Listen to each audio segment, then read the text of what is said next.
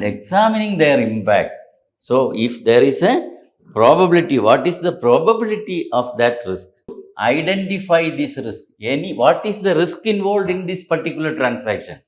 That's a simple transaction. Here, the transactions which you have seen is the liability. Okay, what is the interest rate there in the previous rate? So it is maybe 5% you see. So risk management framework. Now you know that what are all the risk management departments, who is the responsible person, the most responsible person in this hierarchy. That is the BOD, followed by senior level officers, then the risk management committee, subgroups, various committees. After that, the supporting group which collects data and analyze and reports to the higher authorities. That is about the hierarchy of risk management department or framework. So this BOD will evolve strategies and they will come out with the policies and procedures. So they will put up the policies, they will form the policies and they will instruct the banks to implement it. So the implementation part and all these things comes to the committees level, not on the board of directors. Board of directors evolve strategies and they will give to the next committee or next supporting group, that senior level committee for implementation. So that is the way in which this department, this risk management framework functions. Now we will move the next important topic. That is the first step of this risk management is identification. As I said, it has this risk management process has 5 steps: identification, measurement, monitoring and control, pricing and mitigation. So what is identification? Identification means nothing but you have to identify the risk. Whenever you see a transaction, you identify what kind of risk it has. So risk identification consists of identifying various risks associated with the risk taking an exposure at the transaction level. So at the transaction level, what could be the outcome? What could be the uncertainty? What would be the risk which you are going to face? That we need to assess and examining their impact.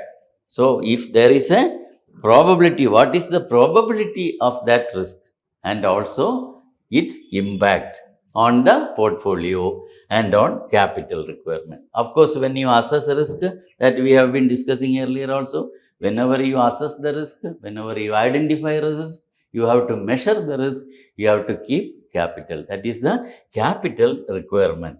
To absorb any loss which you are foreseeing from taking an exposure into our books, you need to keep capital. That is why it is written here, the capital requirement. So identification is nothing but identifying the various risks, not only one risk. In a transaction, there will be so many types of risk you have to identify. And each one you have to understand, you should know that what kind of protective measures you have to take, what kind of management mechanism you have, what kind of mitigations you will recommend, what kind of safeguards you will take up. So those kind of things you need to assess and analyze. So all the identifying various risks, all the types of risk you have to, various types of, it is not only one risk, various types associated with the risk taking at the transaction level and examining their impact. What will be the impact, and you need to find out the risk score on the portfolio and its capital requirement. This is more important. Capital requirement. Whenever you quantify the risk, you assess the risk, you need to keep capital. So what is the capital requirement for that particular business?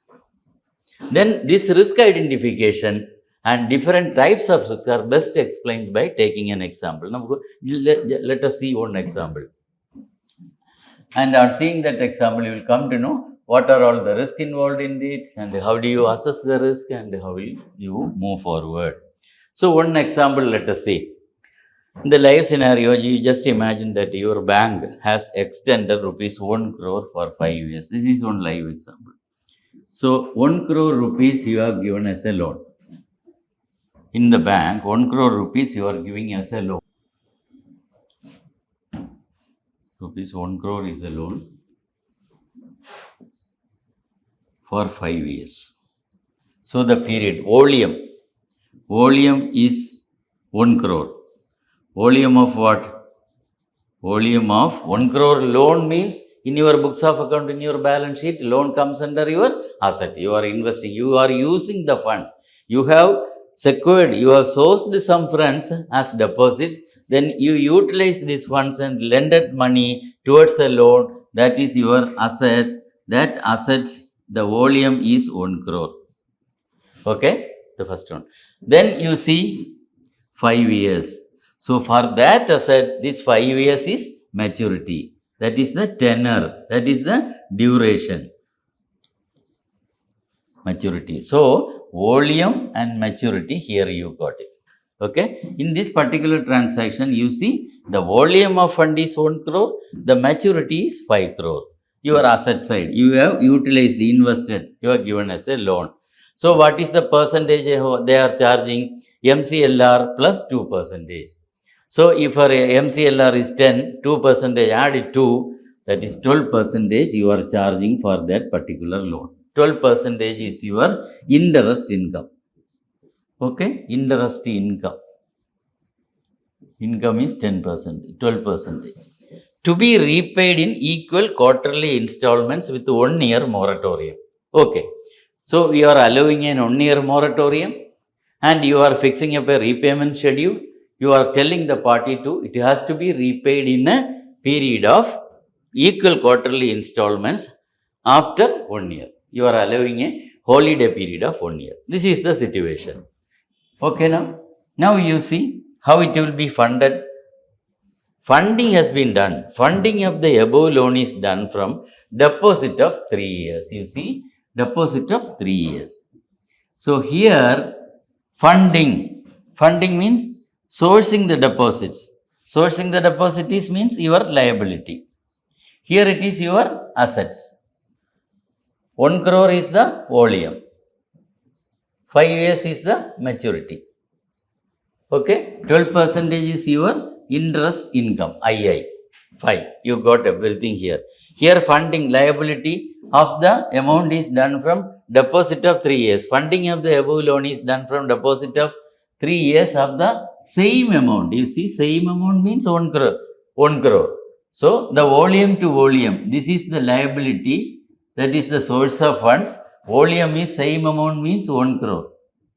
So, here it is 1 crore, here it is 1 crore. So, volume to volume is okay. Volume to volume. This is the liability, deposits. This is the asset, loan. Volume to volume is same. There is no risk at all. 1 crore deposit, then 1 crore loan. Here you forget about your statutory requirement of keeping your CRR and all those things. So you assume that the entire 1 crore rupees is available for lending. That is the assumption you have to make. So sometimes in the questions, in the case study, they may tell that consider 10% as CRR. Then you have to take the fund, the remaining fund available will be not 1 crore, 90 lakhs. So 10 lakhs has been gone towards the statutory. Here in this case study, nothing is stated here. So we assume that the entire 1 crore is available for lending. So 1 crore volume, liability volume 1 crore, asset volume 1 crore. So liability and assets, volume to volume is tallied. 1 crore is there. Then you see another, you are going to do what? You are going to identify this risk. What is the risk involved in this particular transaction? That is what you are going to. Once you understand this, whatever the question comes in front of you in the examination, you can address. So many types of risk. On seeing the nature of transactions and seeing the nomenclature which is available in ABCD options, you have to pick the right one and put the answer. You can key in the answer. If you understand the concept, that is what we have been repeatedly telling, the conceptual clarity. You understand the scenario which we are discussing here. So first you see the liability and assets. Liability is your deposit, asset is your loan. Liability volume, same amount, 1 crore is the volume, 1 crore is the volume here. Asset volume, liability volume. There is no mismatch between the asset and liability, tallied. Now you see the tenor. Maturity of this deposit, funding of the above loan is done from deposit of 3 years. Deposit means liability. Your source of fund. Source of fund, the maturity, the volume is 1 crore tallied. We have already considered that factored all those things. Now you go for seeing the maturity. Maturity is how many years? 3 years is the liability maturity is 3 years. So here liability maturity. Here volume 1 crore. That is the volume 1 crore. Fine. Here also volume 1 crore. Fine. So volume to volume is tallied. Now come for the maturity. Maturity, what is the period here in liability? That is the deposit maturity is 3 years. 3 years. You see the liability maturity, asset maturity. Asset is your loan 1 crore. Maturity is 5 years. Maturity is 5 years. You see here 5 years, 3 years. Whether it is tallied? No. So there is a mismatch. Mismatch between the what? Mismatch between maturity and maturity. Maturity of liability and maturity of assets. There is a mismatch. This mismatch has a risk. This is a risky situation. This is a risky situation. That means here comes the role of asset liability management, and ALCO comes into picture. So they will take care. So the asset liability management will see that this volume to volume is okay for us, of course, but what about the maturity to maturity? 3-year deposit, 5-year loan. In our balance sheet, every time, every point of seconds, our assets should be equal to liability. So how do you address this mismatch? What are all the risks you have to foresee here?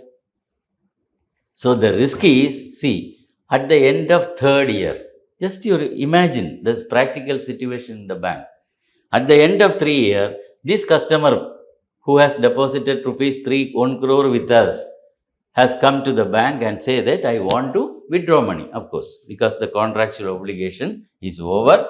The money was put in for a period of 3 years. Now we have to repay the money back to the customer as per the contract.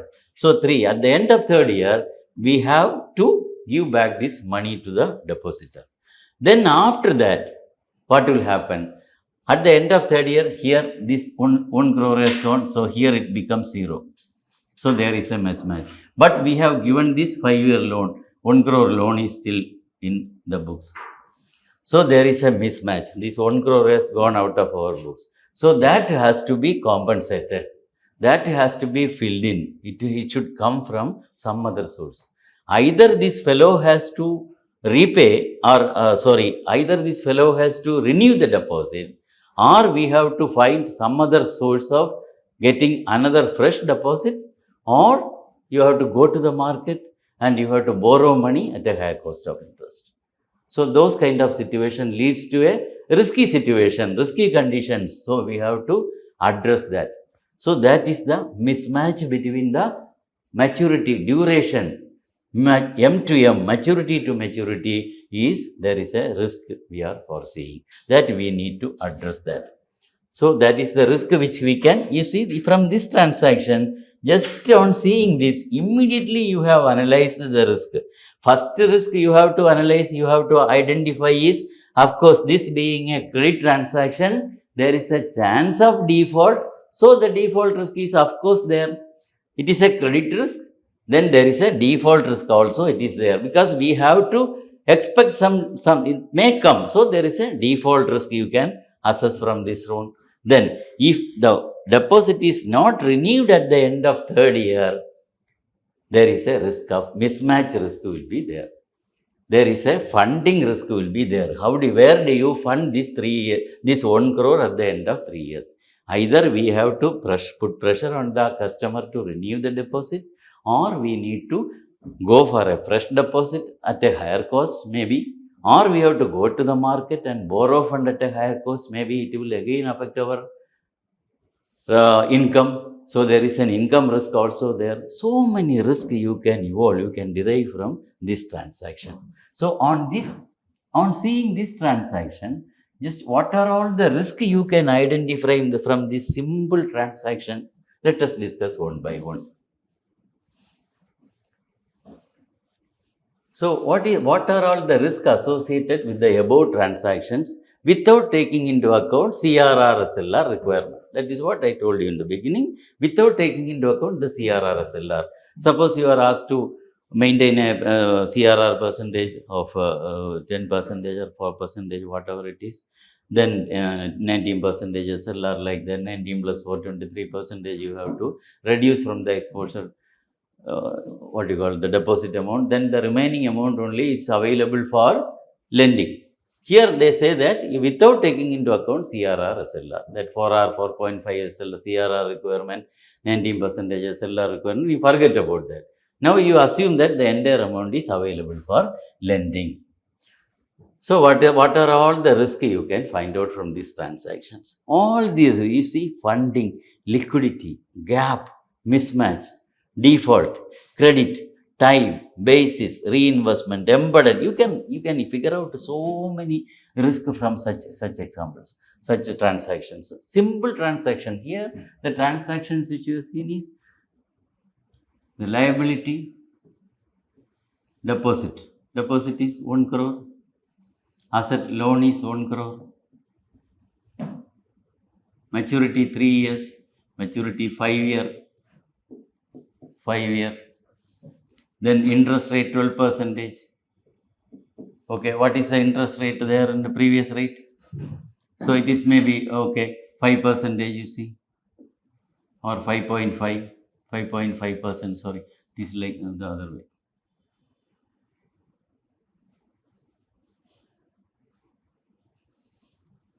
Three-year, the interest will be, here it is 5.5% we are giving to the deposit, 12% we are getting for this loan.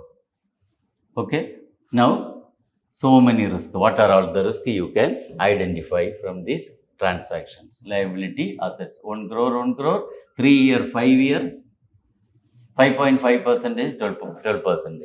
What are all the risks you can find out from this risk? Funding risk. Funding risk. Why funding risk? At the end of this third year, if this fellow is not renewing at this same rate, there is a funding risk. So how to funding risk? Funding another loan, or funding matching with this 5-year loan which we have already given. So there is a funding risk if it is withdrawn very early, not very early, at the end of third year. If it is not renewed on time, there is a funding risk. Liquidity risk.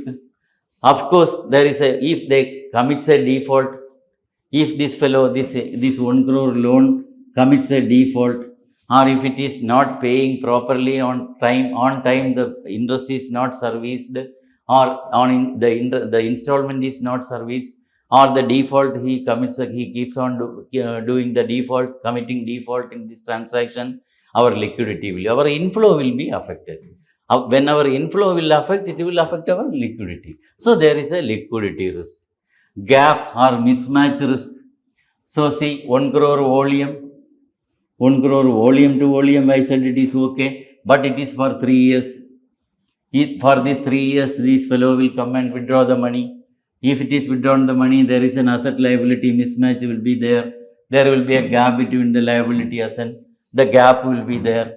Then this 5.5% interest we are getting, we are paying to the depositor, 5.5%, 12% we are getting. So what is the difference between 12.5% for 5.5? So 6.5%. 6.5% is our spread. So if it is not renewed, or if it is renewed for 6%, 5.5% is there. If it is renewed for 6.5%, suppose 6.5%, at the end of third year, if this deposit is renewed for an interest rate of 6.5 years, here you see you have given fixed rate of interest at 12 years. So this all the 5 years, this interest will become the fixed rate, 12%. Here at the end of third year, we have renewed the deposit at the rate of 6.5. What will happen to our spread? Our net interest income will become, it will reduce to 5.5%. 5.5%. 6.5 we have given, then 5.5% only the difference between the two. Our income will reduce. All our profit planning will get affected. So that is the problem. Here there is a mismatch between, here there is a gap. The interest income gap between 6.5, 1% gap or mismatch will be there. Already we have planned 6.5% income, net income for all the 5 years. We have planned, our projections were based on this one, but unfortunately at the end of third year, the bank was forced to renew the deposit, or the bank was forced to get new deposit from the market at 6.5%. At the same time, our income remained at 12% constant. In that process, we got a reduction of 1%. Forced, we have to book a reduction in our profit by 1%. That is the gap, that is the mismatch. This is also comes here. So there is a gap mismatch. Not only in the asset liability mismatch, but in the income also, in the net interest income also, there is a mismatch between the interest income and expenditure. If such scenario comes, then the default risk, of course, no need to explain, because this is a credit transaction. If we have utilized this liability, this 1 crore deposit towards an asset loan of rupees 1 crores, since we have given a loan, there is a chance of default. Default risk is there. Default risk is, of course, a credit risk. So this is also, we can identify as one of the major risk is credit risk. Default risk is a credit risk. Time risk. If it is not paid, so this loan was given for a period of 5 years with a moratorium period of 1 year with quarterly repayment, equated quarterly or monthly installments. If those monthly installments or quarterly installments, whatever it is, if it is not paid on time, what will happen? Definitely there is a time risk. Timely payment has not come. So that payment, we have actually planned some reinvestment or planned some further funding. So those kind of things, it will be getting affected. So it will lead to a time risk also from this transaction. Basis risk. Suppose, what is basis risk? Suppose you have given this asset as 5.5, you have already offered the party at the your contractual, this condition was 5.5% interest for this particular, what you call this, deposit. Then comes the 12% interest. So there is a 6.5% interest is there. So in between, the interest has come down, the MCLR has come down. Based on that, your interest income has come down, your basis rate has been affected. MCLR 12 became 10, so then the interest will get affected. If one portfolio will continue, your loan portfolio will continue in fixed assets, fixed interest rate, your asset portfolio will keep on changing based on the floating rate. If such scenario comes, what will happen? There will be a risk. So those kind of, that we will discuss in detail. So there will be a risky situation there with regard to the rate of interest or yield. So basis risk is there. So one rate continues to be fixed, the another rate may fall into what you call the floating rate of interest. At that situation, there will be an impact, adverse impact on your net interest income and margin. So it will lead to a risk called basis risk. Then what is reinvestment risk? When we discussed in the case study, it was told that this particular loan was invested for a period of, loan was granted for a period of 5 years with the repayment structure. How do you, 1 year moratorium, after that equated monthly installments. So EMI is fixed for this one. This EMI, whenever a loan is given, suppose a loan is given for a period of 5 years with a 100 crore loan, 100 crore loan with a 5-year repayment period. 5-year repayment period. After 1 year moratorium, the bank has allowed this fellow to repay in 5 years. So that equated Monthly installments, okay. Yearly installments, we'll talk about the yearly installments, okay. The first year 10, second year 10, like that, or 20, 20 into 20, 20, 20, 20. So 1, 2, 3, 4, 5. So this is the EMI, equated or EEI, yearly installment. We see that equated installment is 20 crore per year, or per month it is like the divide accordingly, and per month or quarterly, whatever it is. This is the equated installments. If this equated installment, whether it is monthly or quarterly, half yearly or yearly, whatever it is, if the equated installment, what we will do then normally, 100 crore you are given.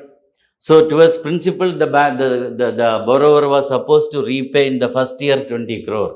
This first year 20 crore is coming as repayment. It is an inflow into our books.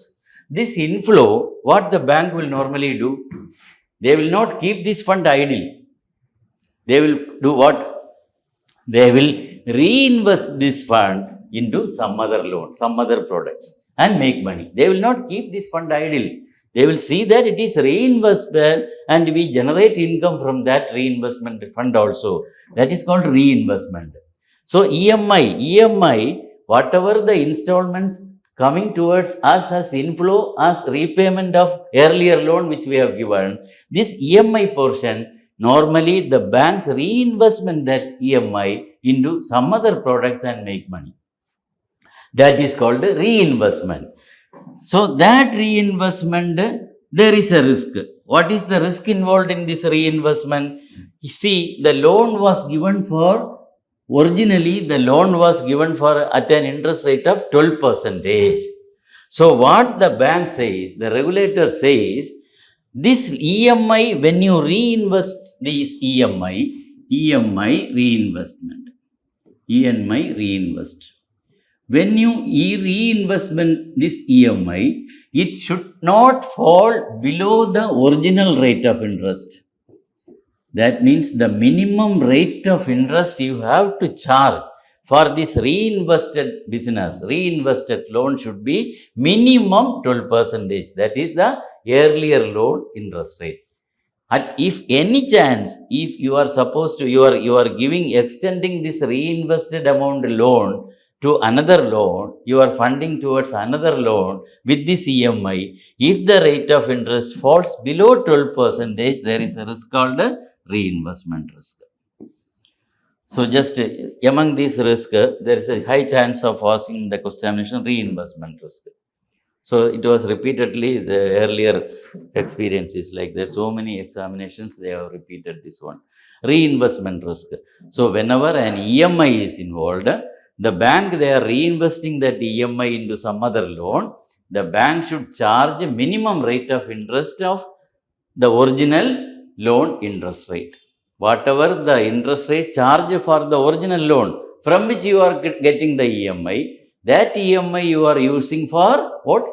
Using for generating income. That interest income should not fall below the original rate of interest of 12%. Here it is 12%.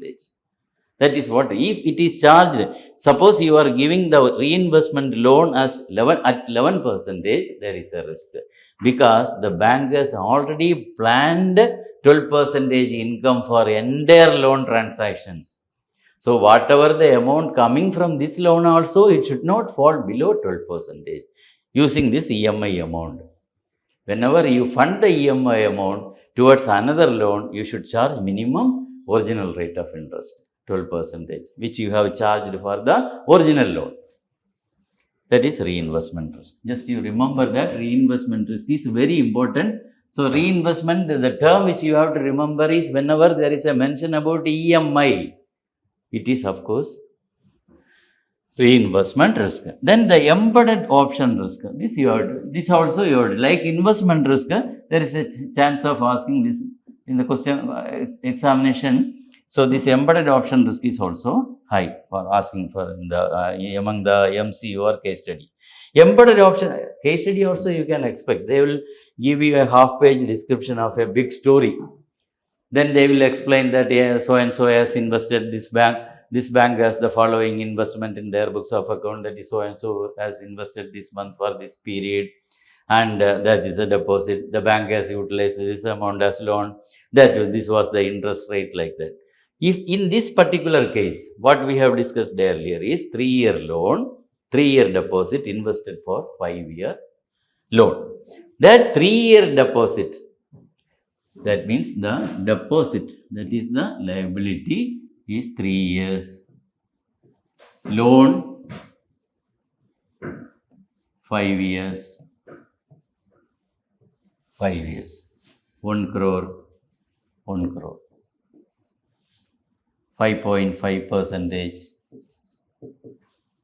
12 percentage. This is the scenario. This is the situation, the case study.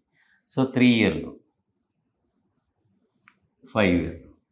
So if this 3-year deposit, if the depositor, okay, 3-year we have actually, okay, we have planned this, okay, 3 years, this one, 5 years, this one. If this 3-year depositor comes and do the premature withdrawal, premature closure, this is the term you have to remember. Premature closure.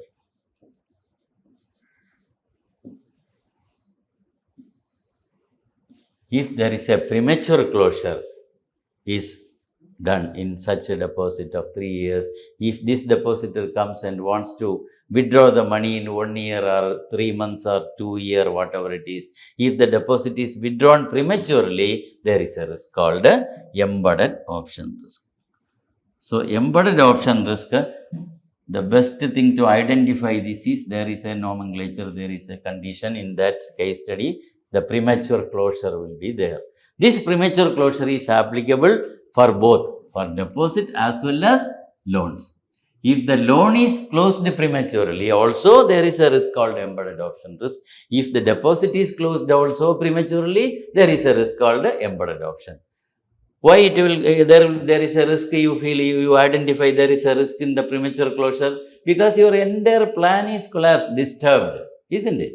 Your entire plan, your entire assessment, your entire projections, income generation, fund flowing, gap, mismatch, everything, your asset liability management, everything will be affected. So, there is a risk called, whenever there is a premature closure, either in deposit or in loans, there comes a risk in your books of account, in your risk management process. That risk is called, it is identified as embedded option risk. So, these are all the 1, 2, 3, 4, 5, 6, 7, 8. Depending upon the various category, nature of transaction, you can nomenclature, you can name any risk. So, you can identify any risk on seeing that particular scenario. Not only this, there are so many risks, 50, more than 100 risks are there. The major risks are like this one. For your purpose of examination and your syllabus, you need to concentrate more on these 9 risks. Other than that, apart from this, there are various other risks also. So, risk is explained for ALCO, outflow as one. So, whatever we have discussed is, it is written here also. Outflow is 1 crore. Should see whether unencumbered deposit are available to match assets and liability. That is the volume to volume and maturity to maturity. Here, 5-year loan funding is done from 3-year deposit of 1 crore with an interest rate of here 6.25%. So, here they say that 6.25% is the interest rate. If this deposit is not renewed, see the if clause which we have discussed in the first session. If this deposit is not renewed, there is a risk. The bank has to find funding of remaining loan. It is called a funding risk. So, at the end of the 3rd year, if the deposit is not renewed, there is a risk called a funding risk. The bank has to go to the market, either canvass new deposit or borrow. So, there is a funding risk. Funding risk happens due to different maturity of deposit, maturity of liabilities and assets, different maturity period, which are the source of lending. In case there is a default in repayment, there is a default in repayment which leads to credit risk called default risk. Then to time risk. Of course, there is a time risk, means timely payment has not come. Time risk. Timely renewal is not taking place. Time risk. and ultimately liquidity risk. If the payment is not coming in, if the interest and the principals are not serviced properly on time, there is a liquidity risk. Even if the market, the what you call the embedded option risk also leads to liquidity risk associated with the transaction. So many types of risk you can find out, identify from such transactions. If the deposit is renewed for increased rate of interest from 6.25 to 6.5, see the scenario. 6.25 we have offered the party. At the end of third year, the bank sometimes would be forced to renew it for a higher rate of interest. Suppose it is 6.5%. Earlier profitability in interest spread is 12 minus 6.25. Here spread on renewal of deposit 12 minus 6.5. So 6.25 we were paying. At the time of renewal, we are forced to pay 6.5%, 6.5%, 6.5%. So our spread has come down. 6.5%, 25 became 6.5%.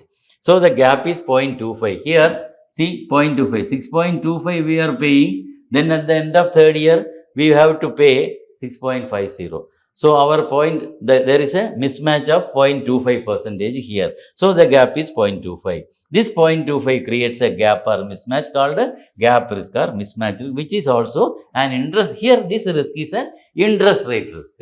So another risk which we can derive, we can identify from this transaction is interest rate risk. So this gap, if you are forced to renew the deposit at a higher rate of interest, there will be a mismatch risk also. There is an interest rate risk also. So from these transactions, you can see very, very well, you can identify so many risks in these transactions like that. So the type of risk, any number of risk you can find out from these transactions. Okay.